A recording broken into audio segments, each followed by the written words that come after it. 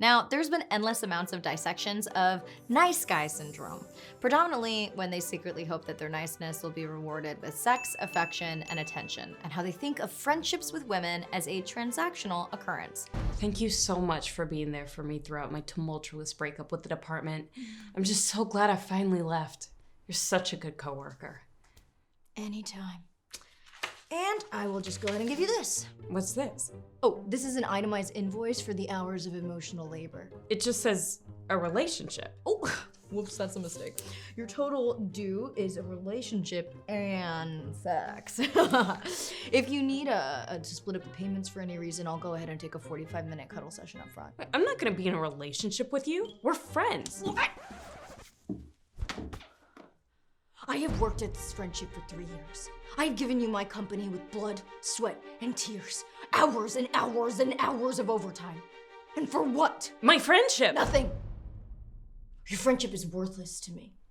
But, surprise, surprise, nice guy behavior is not exclusive to men.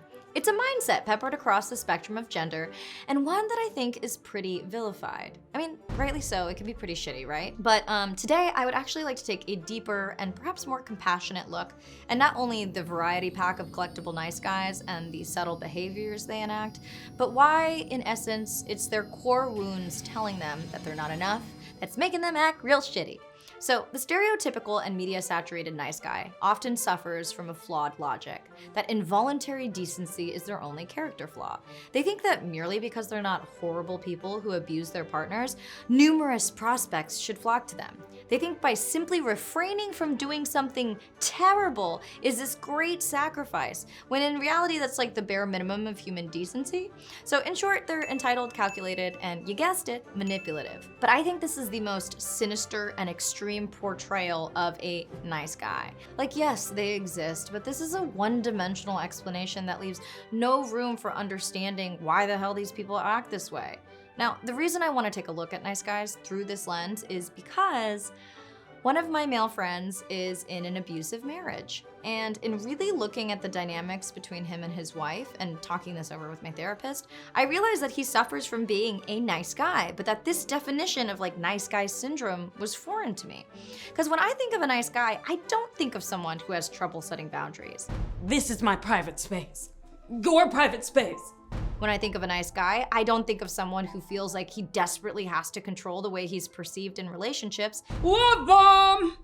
I will be whoever you want me to be and win you over so that I can be the knight in shining armor I want to be. And I definitely don't think of someone who unconsciously chooses volatile partners who treat them like doormats because they're willing to tolerate abuse for approval. Hello, ladies. I worship the ground you walk on, except I guess I am the ground you walk on. So I worship being beneath your feet. But do you also think of someone who grew up with an emotionally volatile parent who lacked boundaries? Of someone who doesn't think that they're enough? Of someone who cleans up the emotional messes of their abusive partner? So nice guys get a bad rap for feeling entitled to sex. But that entitlement comes from a belief that a romantic relationship is the only possible source of happiness in their lives. They interpret their own value through a lens of sexual desirability, which as a woman in living in society, I relate to, and they see friendship as failure. And when I look at nice guys through this new lens, and instead of feeling like angry and upset about them like I normally do, I actually feel really sad for them. Because nice guys, like myself, like the way I used to think, they think they have to earn love. That if they just do enough, and if they show up in these very specific ways, maybe they can gain love. Instead of intrinsically feeling like they're lovable because of who they are, they strive so hard to earn it. And yes, sometimes this motivation shows up in really disingenuous and shitty ways. But I would argue that nice guys finish last only when it comes to their own emotional needs, self-love, and beliefs about what they deserve. And may all you nice guys wander into a therapy office week after week, heal your core wounds, and then go back out into the world whole. And finally, a little food for thought. If you have a pattern of dating nice guys, why are you attracted to an imbalanced power dynamic? Are you going to be emotionally available for a partner who can set boundaries? And maybe, just maybe, are you identifying with someone's core wound of not being enough and trauma bonding like hell with them? I'm Akana. Thank you to the patrons for supporting today's video. As always, thank you guys.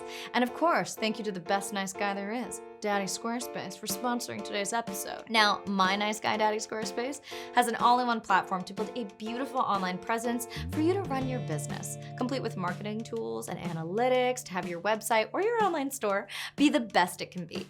For all of you who love to create audio content, I know that there's one of you watching who has a podcast. You can use Daddy Squarespace's audio blocks, which allows you to embed audio on your site and tag the audio for iTunes when your audio block is placed into a blog.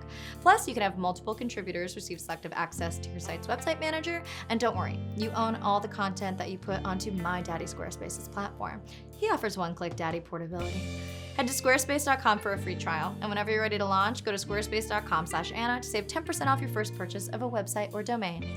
Daddy Squarespace. Daddy